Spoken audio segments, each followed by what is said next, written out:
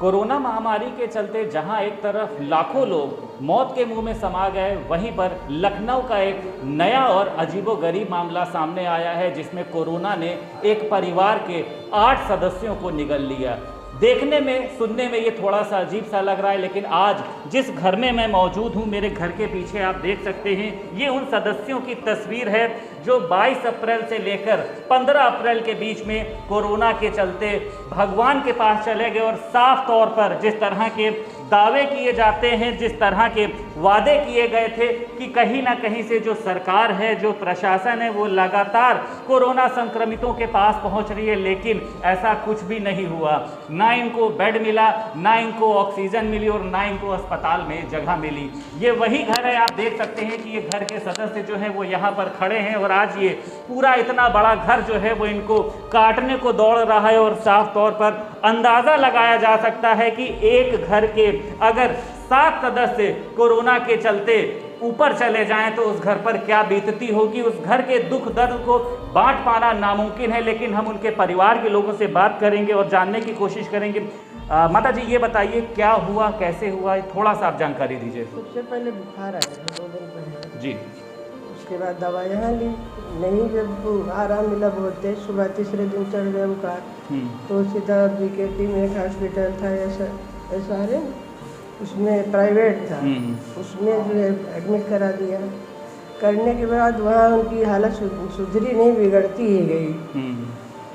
और सबसे उसके पहले लड़का भी जो गया है वो उसको हुआ था, वो ठीक हो गया था, उसको वहाँ ऑक्सीजन मिल गई थी। ये सब यही सरकारी में कहीं कोई जगह नहीं मिली तो प्राइवेट ही में इन्होंने इलाज करवाया जी। लेकिन सबकी जो है हालत दिन पर दिन बिगड़ती ही गई। उसके वो बीच में जो मंझले वाले हैं उनको भी यही हुआ, उनको हार्ट का प्रॉब्लम हुआ, इनको तो सिर्फ बुखार ही हुआ था। जब यहाँ नहीं हालत सुधरी तो इन्होंने दौड़ धूप के इंदौर में करवाया, लेकिन वहाँ भी तीसरे दिन की 1 मई को खेती किसानी का काम करते, थोड़ी बहुत जो थी, और कोई धंधा पानी भी नहीं था। माता जी, आपके आंसू जो हैं वो बता सकते हैं कि इस समय आप किस दौर से गुजर रही हैं। और जाहिर सी बात है कि एक ही लखनऊ का परिवार है, एक ही परिवार के अगर 7 सदस्य और साथ ही में उनके साथ एक उनकी जो माता जी थी, जो इस गम के चलते कह सकते हैं ऊपर चली गई। साफ तौर पर आप देखिए यहाँ पर ये 5 तस्वीर हैं जिनकी 13वीं मनाई गई है। 13वीं तो तमाम लोगों के घर में होती है जब वो अपने सदस्यों को खोते हैं, लेकिन एक ही परिवार में 7 सदस्यों की 13वीं को देखकर गांव के लोगों की हर एक की आंखों में आंसू है और सबके यही सवाल हैं कि आखिर ऐसा कब तक होता रहेगा।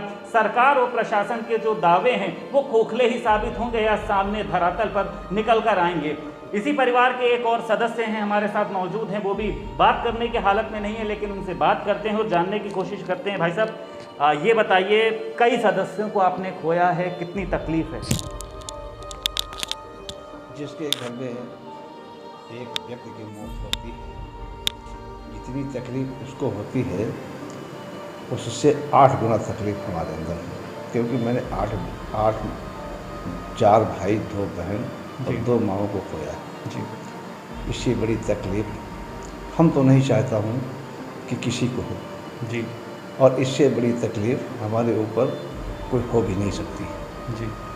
चाहे हमारे ऊपर गोली मार दी जाए तब भी तकलीफ इतनी नहीं होगी जितनी आज हो रही है।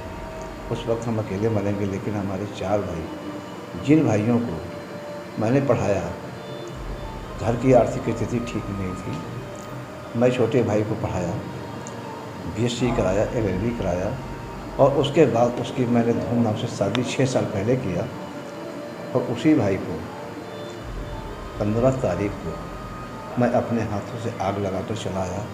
इससे बड़ा क्या हो सकता है? बिल्कुल। मैं, हमारे 2 बड़े भाई, 2 छोटे भाई, 2 छोटी बहनें, मेरी माँ, मेरी बड़ी अम्मा, सभी लोग एक एक करके चले गए।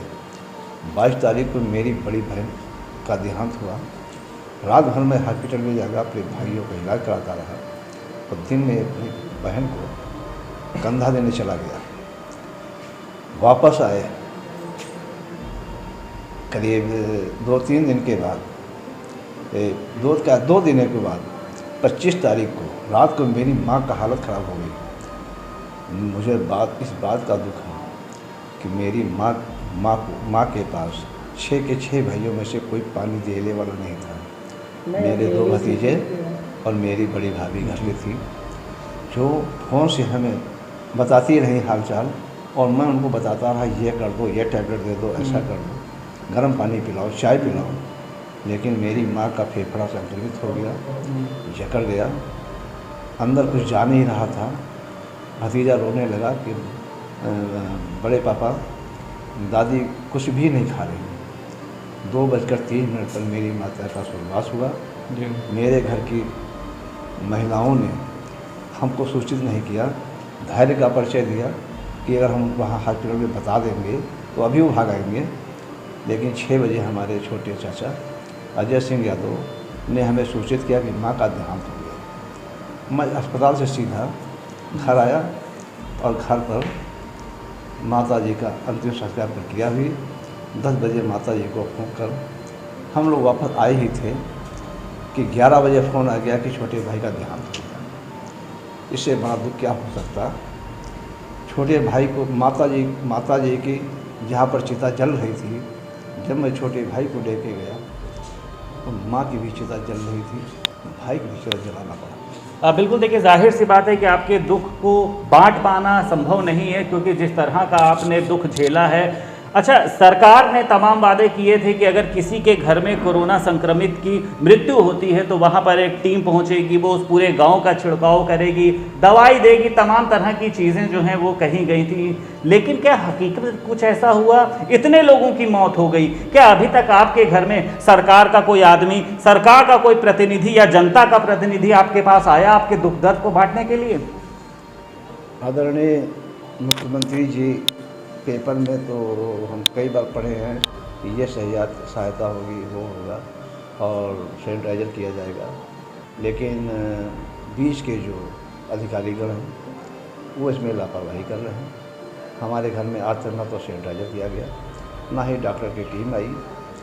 हमारे घर पर आज तक कोई नहीं आया। तो बिल्कुल आपने देखा कि कह सकते हैं कि जिस तरीके से इनका साफ तौर पे कहना यह है कि एसडीएम साहिबा यहाँ पर आई ज़रूर, लेकिन घर के अंदर नहीं आई। हालांकि सावधानी ज़रूरी है, लेकिन आम तौर पर देखा जा रहा है कि इंसानियत जो है वो पूरे तरीके से ख़त्म हो चुकी है। सरकार ने साफ तौर पर कहा है कि जाँच बढ़ाई जाए, वहीं जहाँ पर कोरोना के संक्रमित मरीज मिल रहे हैं वहाँ पर मदद पहुँचाई गए। लेकिन लखनऊ के इमलियापुर गाँव में एक ही परिवार के 8 सदस्य मौत के मुँह में समा गए, लेकिन यहाँ पर अभी तक ना जनता का कोई प्रतिनिधि, ना सरकार का कोई मंत्री झांकने नहीं आया। ऐसे में इन लोगों की दरख्वास्त है कि हम लोगों को या तो कोई मुआवजा दिया जाए या हम लोगों की मदद की जाए। मुख्यमंत्री योगी आदित्यनाथ से ये गुहार लगा रहे हैं।